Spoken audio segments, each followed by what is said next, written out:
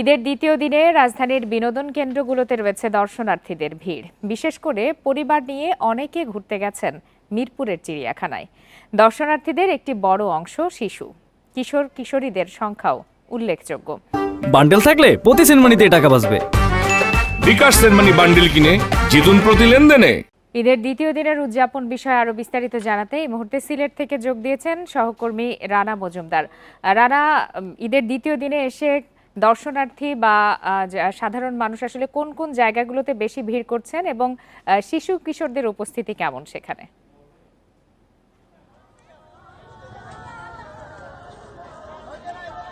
দেখুন, দেশের যে কোনো উৎসব পার্বণেই কিন্তু আসলে পর্যটক যারা রয়েছেন কিংবা দেশবাসী যারা রয়েছেন তাদের ঘোরাঘুরির কিন্তু একটা উল্লেখযোগ্য জায়গা থাকে হচ্ছে সিলেট, এবং এবারও কিন্তু এর ব্যতিক্রম হয়নি। আপনি জানেন যে টানা 9 দিনের বন্ধ রয়েছে ঈদ উপলক্ষে।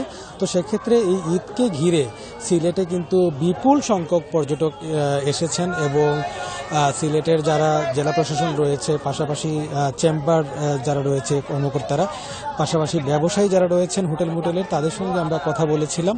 তারা যে বিষয়টি জানিয়েছেন যে আসলে কয়েক লক্ষ পর্যটক কিন্তু আজকে কিংবা গতকালকে সিলেটে এসেছেন, এবং তারা সিলেটের যে দর্শনীয় যে পর্যটন কেন্দ্রগুলো রয়েছে সেখানে কিন্তু তারা ঘুরে বেড়াচ্ছেন।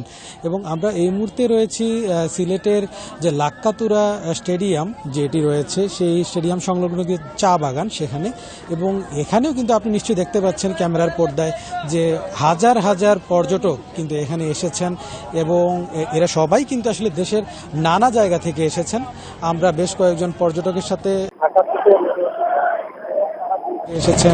ঢাকা থেকে অনেকে এসেছেন, এবং তারা বলছেন যে আসলে সিলেটে আসলে এক ধরনের মনোমুগ্ধকর এক ধরনের প্রাকৃতিক যে পরিবেশ সেটি কিন্তু আসলে সিলেটে পাওয়া যায়।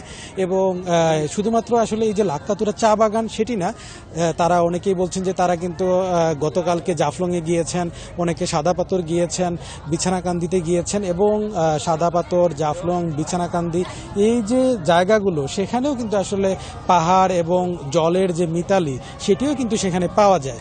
এবং থেকে কিন্তু যে পাহাড়ের বুক চিরে যে বয়ে চলা যে পানি, স্বচ্ছ জলরাশি, সেটি কিন্তু আসলে সাদা পাথর, জাফলং এই এলাকাগুলোতে কিন্তু আসলে দেখতে পাওয়া যায়।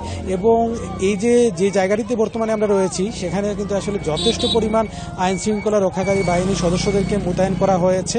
পাশাপাশি যারা টুরিস্ট পুলিশ তারাও কিন্তু ঈদের ছুটিতে সিলেটের বিনোদন কেন্দ্রগুলোতে মানুষের ভিড় দেখা গেছে, পর্যটকদেরও ব্যাপক সমাগম রয়েছে, সে বিষয়ে জানাচ্ছিলেন সহকর্মী রানা মজুমদার।